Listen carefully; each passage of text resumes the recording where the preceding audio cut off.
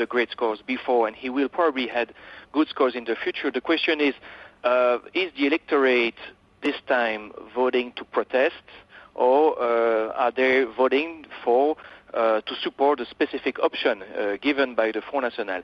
And maybe if there is a change in the electorate, it might be linked to the fact that the Front National this time has changed a little bit his speech, because today the question of Islam and the question of the threat from Europe, the bureaucratic Europe, are very important. So maybe if there is a change in the electorate, in the reason why people are voting for the Front National, that might be linked also to a change of message. Do you agree, Mr. Orfali, that there's a change in terms of a message, maybe ideology, or is it still the same? No, the ideology, I think, is still the same, but the context has changed. The first, when the Front National appeared at first, it was, it could be contrasted to the socialist government. François Mitterrand was elected in 1981. The Front National was created in 1972, and they had what they called themselves a traversée du désert. So they haven't changed their ideology, but the social and political context has changed, and they have mainly the main argument was mainly opposition to Marxism, communism, and so on. And after the fall of the Berlin Wall, they couldn't oppose such a theme, so they had to change a little the themes. But insecurity, unemployment, immigration is still the triptych, as we say in French, which can gain people to their cause. Right. Let me bring it, Matthew Goodwin, across the channel. In Manchester, Britain was for years not concerned with the far right. It seems things are changing a little bit. Do you see any parallels to what's happening, for example, in France, or is it really a different situation over there? Well, I think there are some parallels. I think we are roughly where France was in the early 1980s, when you saw Le Pen do well in the European elections after local election success on the outskirts of Paris. Nick Griffin and the British National Party is following the same strategy. Get success in local and European elections and then try to achieve success in national elections. I don't think it's any coincidence that Nick Griffin talks regularly to Jean-Marie Le Pen about strategy and tactics and so forth. And what we've actually seen is the British National Party look to the National Front as a model for how to build a successful right-wing movement. Okay, just before we continue and broaden this conversation to other European countries, we'll have a look at how the far right has been faring in several European countries recently. Geert Wilders has likened the Koran to Mein Kampf and wants Muslim immigrants deported. But his Freedom Party could be set to take a fifth of seats at Holland's general election in June after a strong showing in this month's regional vote. We become the biggest party in Almere. Today, Almere and The Hague. Tomorrow, the whole Netherlands. Heel Nederland. Wilders has built his political platform on the fear of Islam taking over Europe, and the idea is gaining momentum across the continent. Switzerland recently banned minarets in a referendum on the grounds that Islam is incompatible with Swiss tradition.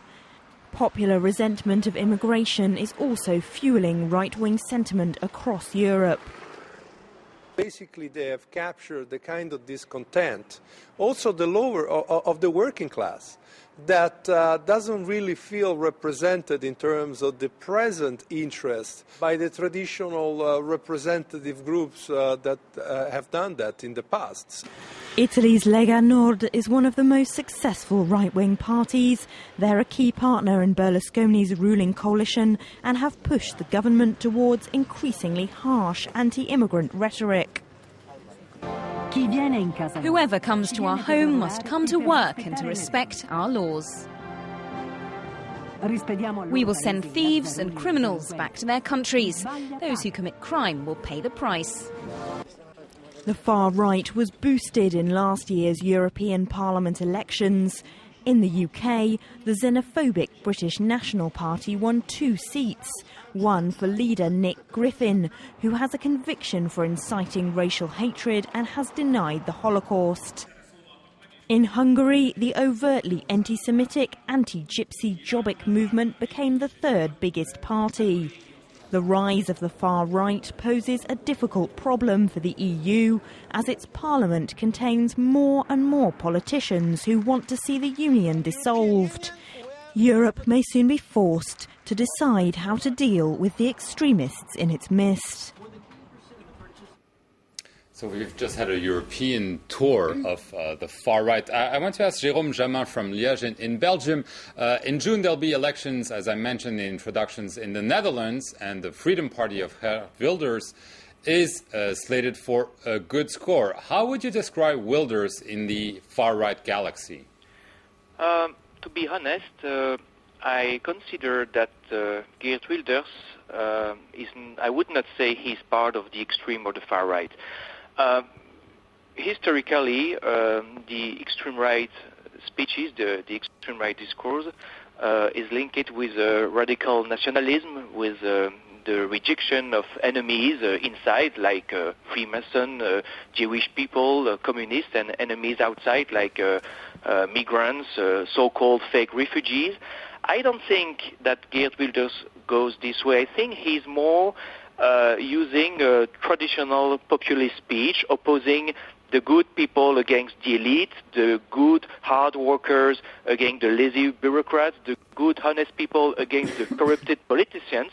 So I would say he's more a populist, as is Silvio Berlusconi, than a leader of extreme right. But it is true that there is a link between Wilders and, for example, Le Pen or other people in Europe with the way he's criticizing Islam.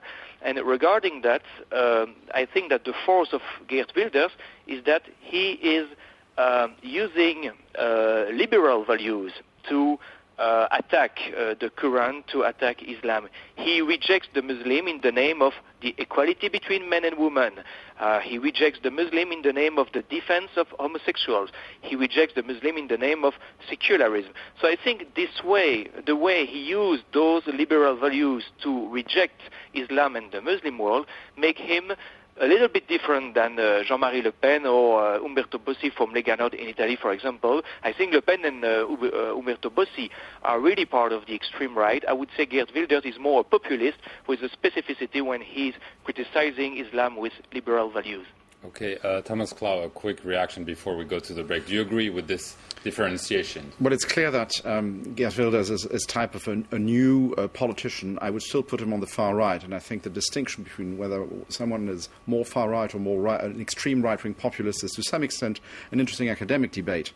The fact is that these people use popular sentiment to whip up anger against what they describe as the elites and the elite consensus, which they throw in the media, politicians and what have you, big business, to advocate solutions which are, in my view, highly disruptive to society as a whole, cruel towards oppressed minorities, if you like, and or minorities in a difficult position. So while there are shades of whatever colour, not always brown, certainly, it is still a type of politics which uses similar means, even if the accent varies from leader to leader and from country to country and circumstance to circumstance. Okay, well, thank you for your participation in this first part. We'll take a short break, and after the news, we'll be back for the second part of Politics on France 24.